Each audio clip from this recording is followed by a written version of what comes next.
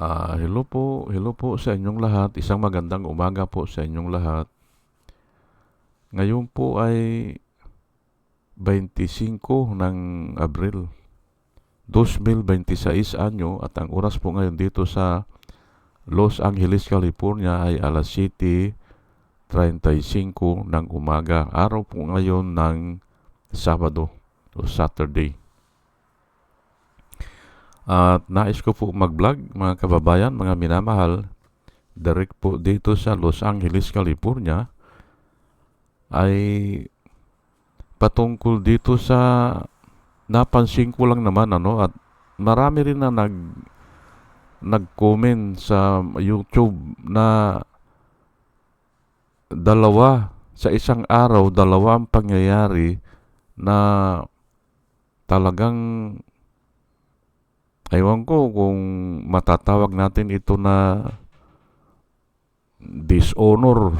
Opo, double dishonor ang nangyari sa mga Duterte. Ngayon, iuugnay ko yan dati kung mayroon tayong tinatawag na double barrel noon ay yung nakaraan yung ilang araw ay double dishonor naman ang nangyari sa mga Duterte. Ang title ko po ay kung noon may Operation Double Barrel, ngayon ay double dishonor ang mga Duterte. Yung nangyari nung nakaraang araw. Opo, ay ano ba yun? Ay yung nabuksan yung bank account ni Sara Duterte. At yun naman kay Digong Duterte, yung request nila o yung prayer nila sa ICC ay hindi pinagbigyan. Opo, yung prayer nila na walang jurisdiction ang ICC ay ay kahit naman na sinoong judge kahit na sinong entity, bakit mo tatanggalan ng kapangyarihan ang sarili mo? Hindi ba? Wala sa hulog yung request ng mga attorney ni Duterte sa dahig. Ang request nila ay wala daw jurisdiction ang ICC. O, paano papaboran yan? Paano sasabihin ng ICC na hindi kami ang kwan yan, hindi kami ang ay naandun na nga sa kanila, tinanggap na nga nila Common sense lang naman yan. Aywan ko lang baka gusto lang ni Kaupman o yung mga binabayaran na attorney ay gusto lang nilang humaba. Ay simple pera po yan hindi ba? O, ilan ba yung bayad kay Kaupman? O, ang laki po, hindi ba? Kaya ganun. Gumagawa lang sila ng mga usapin para tumagal ang isyo. Pero ngayon dinesisyonan na po na may jurisdiction ang ICC sa kaso ni Duterte. Yung crime against humanity. Kaya tuloy-tuloy na yan. Ngayon, malamang ito si Bato de la Rosa at saka si Bongo ay huhulihin na rin yan. Huhulihin na kasi nga natakil na yung walang jurisdiction yun ang pinipilit nila walang jurisdiction ang ICC ay dinesisyonan na, hindi ba? Ngayon, yun namang una na binabanggit ko, yung bank account ni Sara na matagal na nilang pinipigilan na ilabas. Ayaw nilang ilabas at iyan nga ang casualty dyan ay si Chis Escudero, hindi ba? Sa pagtatanggol niya kay Sara ay ganyan ngayon ang nangyari sa kanya. Ngayong umaga po ang balita para alam nyo na nagtitingin ako ng mga balita. Ngayong umaga po ay nakahain na ata yung kaso ni Chis Escudero at isa doon ay plunder, at saka nagre-rekomenda na hold departure order. Ayan po sa katatanggol niya sa mga Duterte, tinatawanan lang nila yung salitang portrayed, ay nagalit po ang tao Nagalit ang mga tao ay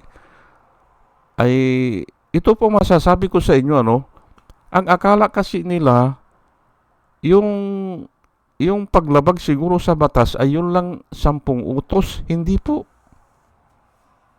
Hindi po.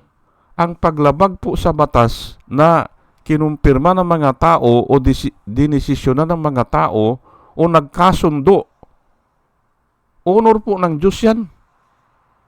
Ino-honor po yan. Kahit nga 2 tao ang nakasulat sa Biblia na hindi lalabag doon sa palatuntunan ng Diyos. Hindi mo lalabagin yun, nagkasundo kayo, 2 tao, ino-honor po yan ng Diyos. Ay kung hindi ka sumunod doon sa kasunduan nyo, parurusahan ka. Yan po ang napag-alaman ko sa Biblia. Ay ito konstitusyon yan trial must proceed forthwith. Yung impeachment nga ay anong ginawa nila Escudero? Grupo sila yan Hindi pa? Grupo sila yan. Binaliwala nila ang konstitusyon. Kaya nga yung mga tao umiiyak na. Ay wala nang mapagsumbungan Hindi ba? Ay ayan ngayon, palagay ko kamay na ng Diyos ang gumagalaw dyan. At ang unang casualty ay si Bong Revilla, hindi ba? Nabilanggo agad na-check agad hindi ba? Yung flood control dyan sa Bulacan. Pero ang target dyan, ang palagay ko ang target talaga dyan ay si Joel Villanueva. Ayan po. Pero nga ay ito ngayon 2 kahihiyan. Una ay nabuksan ang mga bank account ng mga Duterte. Pangalawa ay natalo sila sa kanilang plea o yung request nila o yung prayer nila sa ICC. Tuloy na ang kaso sa ICC at malamang pwede na ipahuli si Bato at Bungo. Kaya twin dishonor. Ang tawag ko dyan ay twin, hindi ba?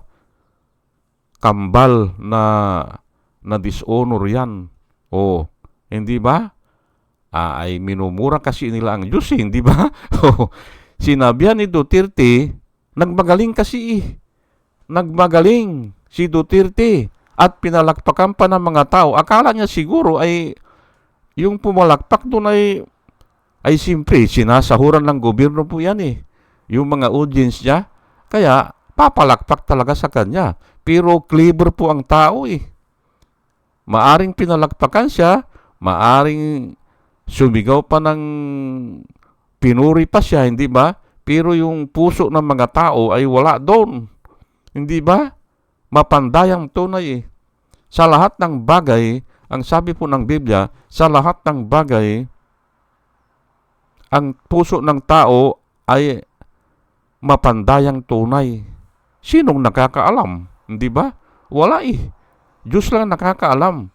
Pinalakpakan siya. Ay kuwan siya, yung parang itinaas siya o itinanghal siya, hindi ba? Kasi nga, naisipan niya yun Hindi ba? Who is this stupid God? Sabi niya At yan nga sinasabi ko, naririnig ko na yan sa mga born again din, katulad ni Kibuloy. Ay, gusto kasi nilang ipakita sa mga member nila na matalino sila Hindi ba? Gusto nilang ipakita. Ay, diyan silang magkamali. Do not use the word of God in vain o the name of God in vain. Kasi wala namang ibinigay na pangalan ang Panginoon I am that I am. Yun ang sinabi niya.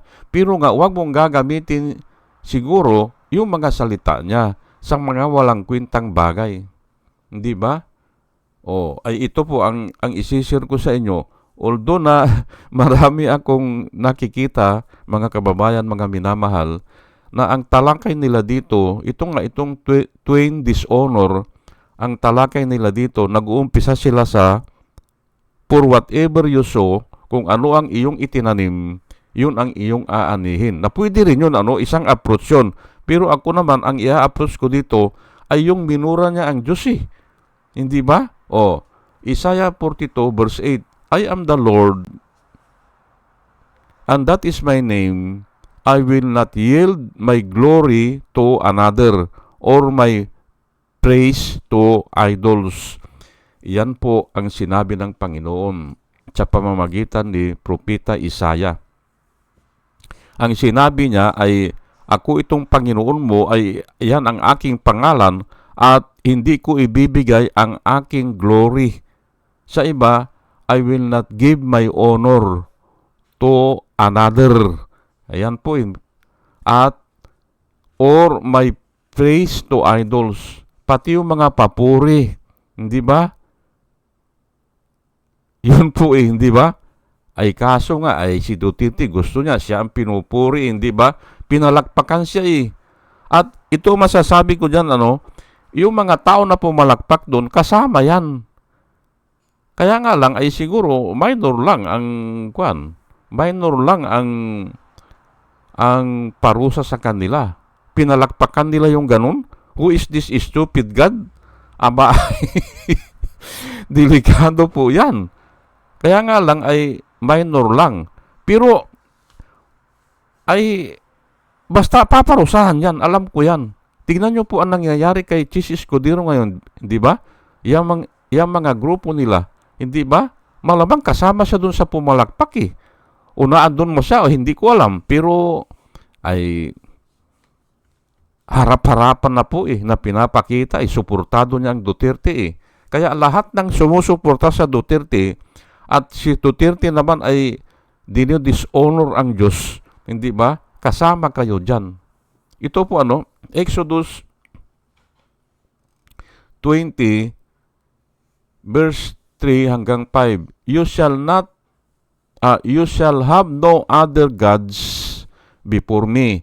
You shall not make for yourself an idol in the form of anything in the heavens above, on the earth below, or in the waters beneath. You shall not bow down to them or worship them, for I, the Lord,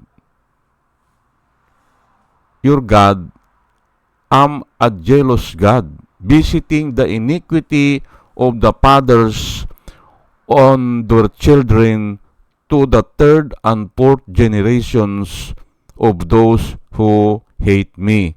Ayan po.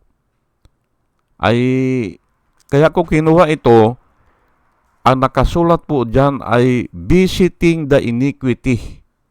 Hindi ba? Binibisita po ng Panginoon yung iniquity ng mga fathers on their children hanggang apo hanggang anak, hanggang apo ay generation Fourth, third and fourth generations. Yung nagagalit sa kanya. Those who hate me. Remember those who hate me, ang sabi niya, ay patuloy ba yan na ginagawa nila? Ay oo nga, ayaw nilang ilabas ang katotohanan Ang katotohanan po ay Diyos. I am the way, the truth, and the life. Ang sabi ni Jesus Christ, ay kung ayaw nilang ilabas ang truth, ay hate nila ang Diyos. Yan po Hindi ba? Kaya nga, bibisitahin yung mga anak at saka mga apo up to the third and fourth generations. Hindi ba? Ay nakasulat po yan Those who hate me, wag natin na kuwan yun. Ngayon, kung nagsisi siguro, ay mawawala yan. Kung nagsisi o nagbalik loob sa Panginoon, nawawala. Pero dito kasi, those who hate me, pinagtatanggol nila ang kasinungalingan hindi ba? Nagpabilanggo sila ng tao. Hindi ba? Na kasinungalingan lang yung ginawa nila kay Dilima. Tinanggal nila si Karandang. Hindi ba? Si Melchor Karandang, yung deputy yun Ano ba yun? Ombudsman, hindi ba? Deputy Ombudsman, tinanggal niya. Pinasara ang ABS-CBN. Hindi ba? Yung pardon ni Trillanes ay niribuka niya. Ayan po hindi ba? Iyang mga ganyan mga kasalanan, grabe na po yan. At hindi na po kakayanin yan ng Pilipinas. Hindi kakayanin ng Pilipinas yan. Kasi nga, papatay ng tao yan Yan ang sinasabi ko dito yung eleksyon, lulukuhin lang nila Kasi nga, yung ganyan mga tao, patay na yan. Patay kung patay yan. Kahit na ibilanggo mo yan, wala yan sa kanila. O kahit na mapaya sila, wala yan sa kanila. Patay kung patay nga At sila ang mananalo sa eleksyon. Kasi nga, sila ang gagawa ng kalukuhan kaya nga ito siguro ay ganyan na ang ginawa ng Panginoon kasi marami nang umiiyak Amak mo, si Ruben Padilla, pinapasahod yan si Bongo ang number 1, si Ruben Padilla ang number 1. Paano nangyari yan, hindi ba? Paano po nangyari yan? Ayan nga, niloloko lang nilang eleksyon. Hindi ba? Panalo si Bongbong, panalo si Sara, number 1 si Robin Hood Padilla.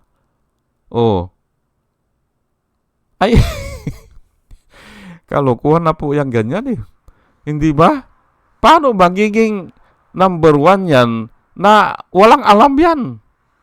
Maaring manalo yan, siguro number 8 o number 10, ganyan. Pero yung number 1 na ganyan, paano ibubuto ng tao yan? Hindi tanga ang mga tao.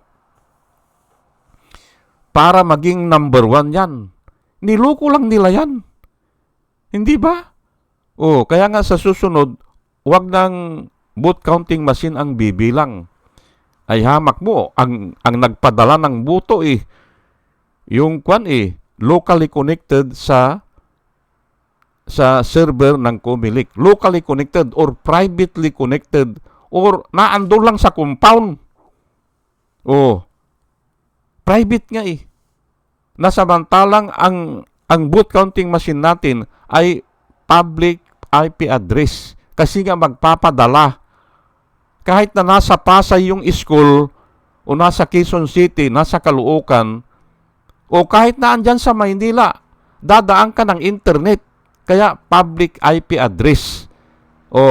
Hindi ka makakadaan kung hindi ka ma-identify o hindi mo i-identify ang sarili mo na public IP address yung computer mo. Ngayon, kung may server ka at makikidaan ka, pwede. Kasi yung server, identified na yun. Na-identify. Yung server kasi ay public IP address. Pwede makakadaan. Pero, i-identify ka muna. Ganon din naman, kung papasok yung mga answer sa'yo, i-identify muna niya. Sino ba nag-request nito? Yung computer number 1, ay doon ko ipapasok yan. Ganon po ang trabaho ng server. Napapalayo po tayo, Basta ang sinasabi ko po dito ay yung Diyos is visiting the iniquity of the fathers on their children to the third and fourth generations of those who hated me or those who hate me. Ayan po. Ay gagawin pa. Ay gagawin niya na. Ay sabi ng Panginoon Kaya bibisitahin sila. Pati ang mga supporter nila, mga enablers nila, ay tignan nyo naman ngayon ang nangyayari. Hindi ba? Si Mike Defensor, ay kwan pala yan hindi ba? Kaya pala ganyan yan. Hindi ba? Pero, ibang topic na yan, ibang araw na yan. Ito po 1 Timothy 5:17. Ito po ang ating mababasa Let the elders who rule well be considered worthy of double honor.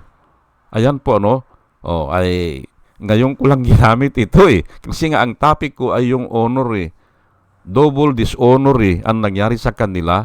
Ay pero kung ikaw ay elders, actually itong elders, pwede mong palitan ito ng rulers. Pwede rin palitan yan na priest. Pwede rin palitan na pastors. Pwede rin na palitan yan ng mga yung mga taong gobyerno, hindi ba?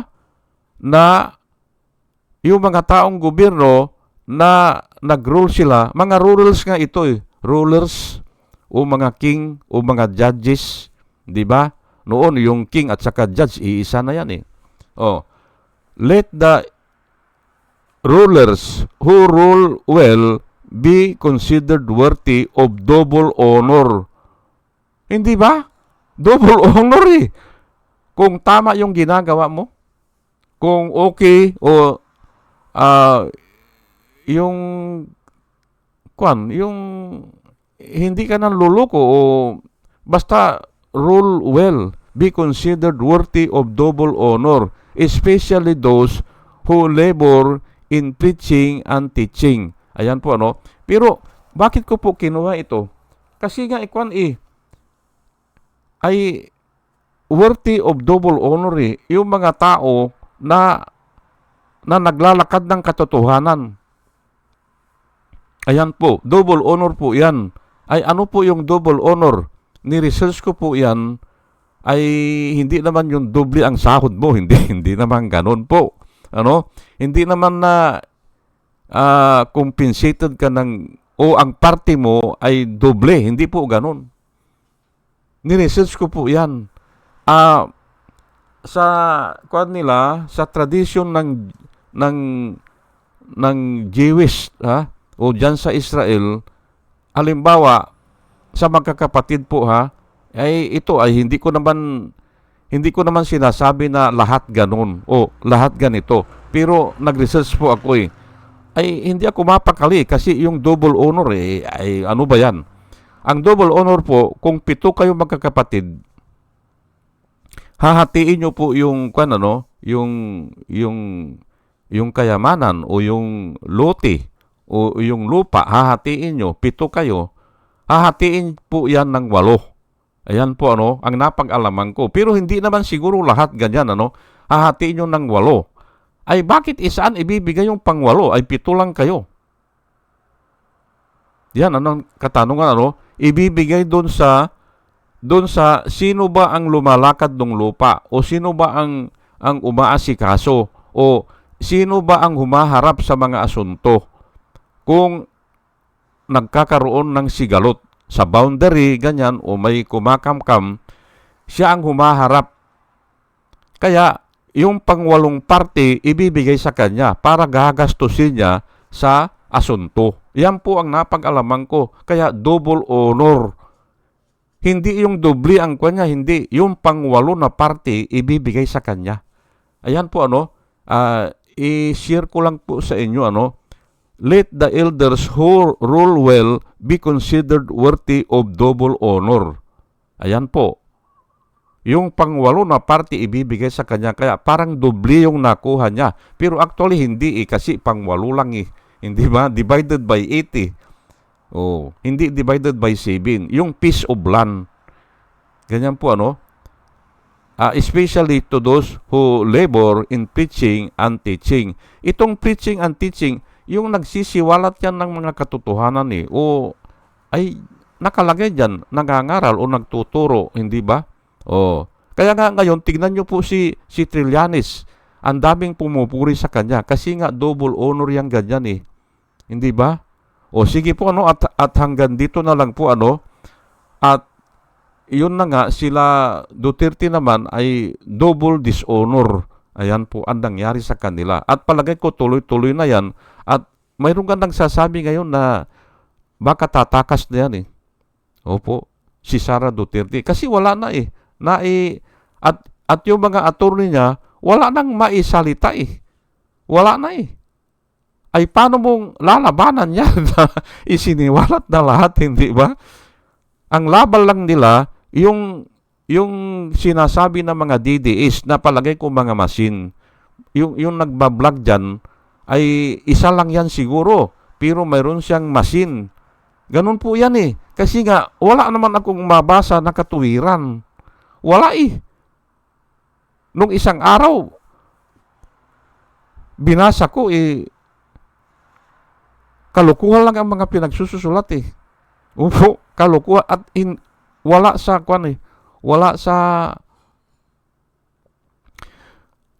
ang sinasabi nila, example lang yun si Karangdang daw ay inamin na, sabi nila na pinalubo niya yung, ganun eh, pinalaki lang ni Trillanes at saka ni Karandang daw yung pira. Ay bakit naandyan na nga nagpatuturo. Wala talaga, hindi mo na sasagutin eh. Kung ang sinasabi nila ay pinalaki lang yung pira ni Trillanes o ni Karandang. Yun ang sinasabi nila ngayon eh. Ay wala sa hulog yun O sige po hanggang dito na lang po at dalangin ko po sa Panginoon, mga kababayan, mga minamahal, bago po ako mag-umpisa ay sana sa ating pakikinig ay magkaroon tayo ng wisdom na nanggagaling sa Kanya. At muli mga kababayan, mga minamahal, isang magandang umaga po sa inyong lahat at salamat po sa inyong pakikinig. Salamat po ng marami. Salamat po.